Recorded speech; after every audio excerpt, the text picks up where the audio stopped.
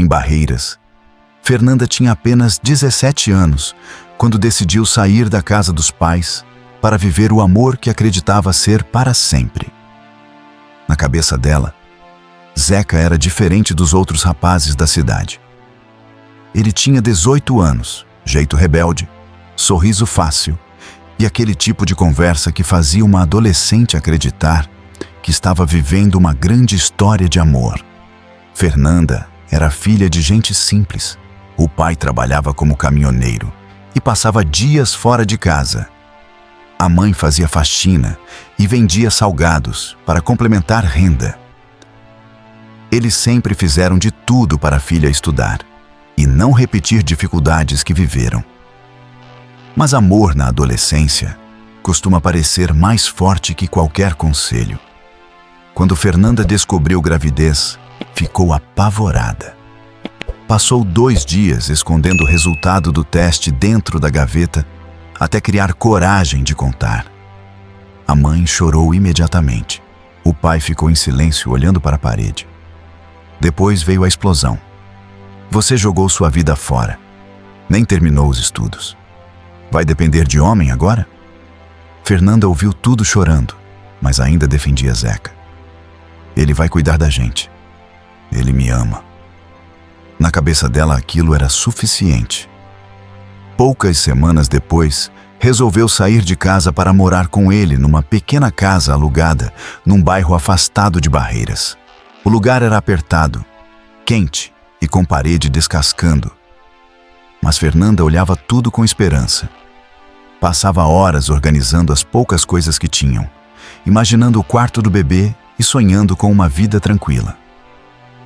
No começo parecia realmente possível. Zeca dizia: quando nosso filho nascer, tudo vai melhorar. Vou trabalhar dobrado. Fernanda acreditava, mas a realidade começou a bater cedo. Zeca trabalhava de forma irregular, fazia bico aqui, outro ali, faltava serviço, faltava dinheiro e sobrava imaturidade. Nos primeiros meses ainda tentava demonstrar responsabilidade, mas aos poucos começou a mudar. Passava mais tempo na rua, chegava tarde, gastava dinheiro com besteira, reclamava das responsabilidades. Fernanda passava os dias praticamente sozinha dentro daquela casa abafada. Barriga crescendo, calor sufocante e medo do futuro.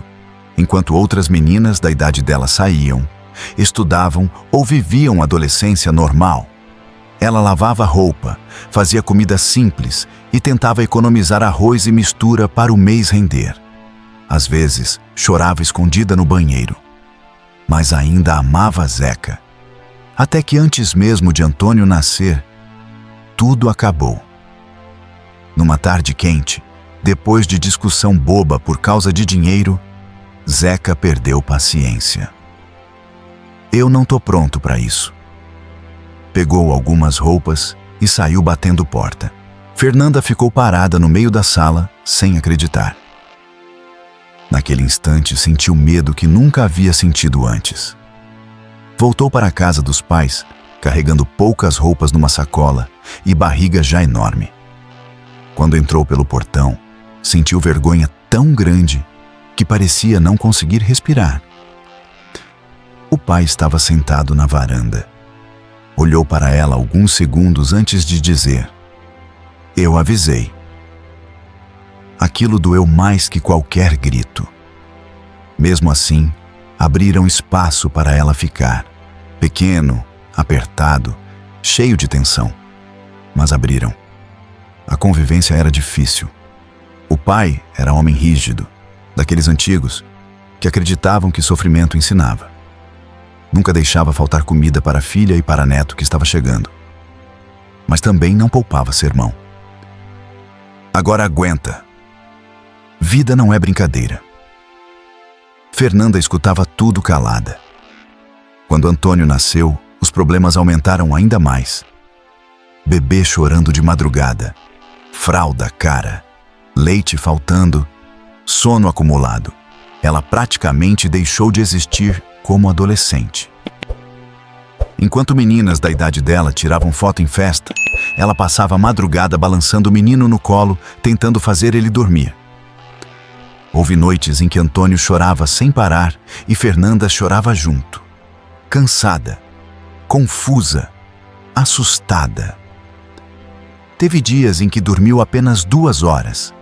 O cabelo começou a cair por estresse, as olheiras aumentaram e ela já quase não se reconhecia no espelho. Enquanto isso, Zeca aparecia de vez em quando, sempre prometendo mudar. A pensão quase nunca vinha certa. Às vezes atrasava semanas. Outras vezes entregava metade do valor combinado. Todo mundo dizia: denuncia ele, coloca na justiça. Mas Fernanda nunca fazia. No fundo, ainda tinha esperança de que voltassem. Quando Zeca aparecia, ela ainda sentia coração acelerar. Bastava ele conversar direito por alguns minutos e toda a mágoa parecia diminuir. Aquilo se arrastou durante 2 anos. 2 anos de humilhação emocional, insegurança financeira e dependência. Fernanda já vivia cansada. O brilho no olhar praticamente desapareceu. A autoestima estava destruída. Teve época em que evitava até olhar no espelho. Sentia vergonha da própria história. Numa manhã, enquanto passava pela rua empurrando o carrinho de bebê, ouviu 2 mulheres cochichando. Coitada, largada com filho. Aquilo esmagou ela por dentro. Mesmo assim, seguia vivendo. A rotina era pesada. Durante o dia, cuidava de Antônio. Ajudava a mãe nas tarefas da casa e tentava sobreviver emocionalmente.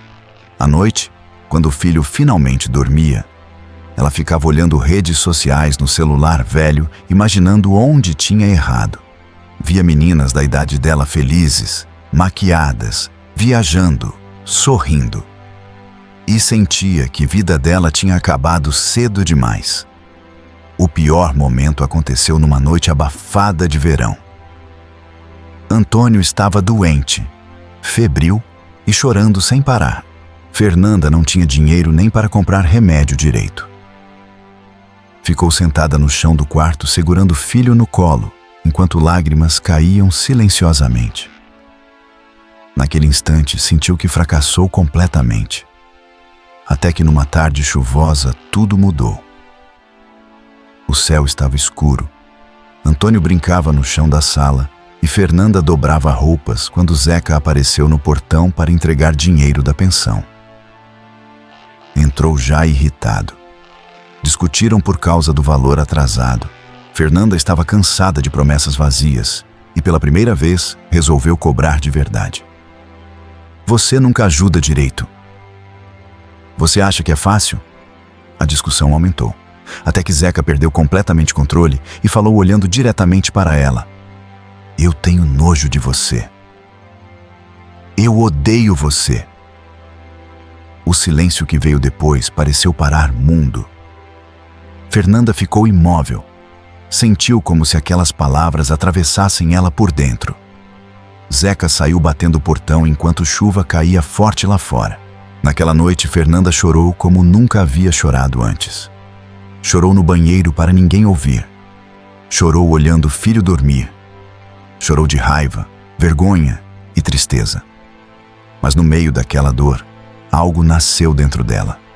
Uma revolta silenciosa. No outro dia, acordou diferente. Pela primeira vez, percebeu que estava esperando ser salva por alguém que nunca teve intenção de salvar ela.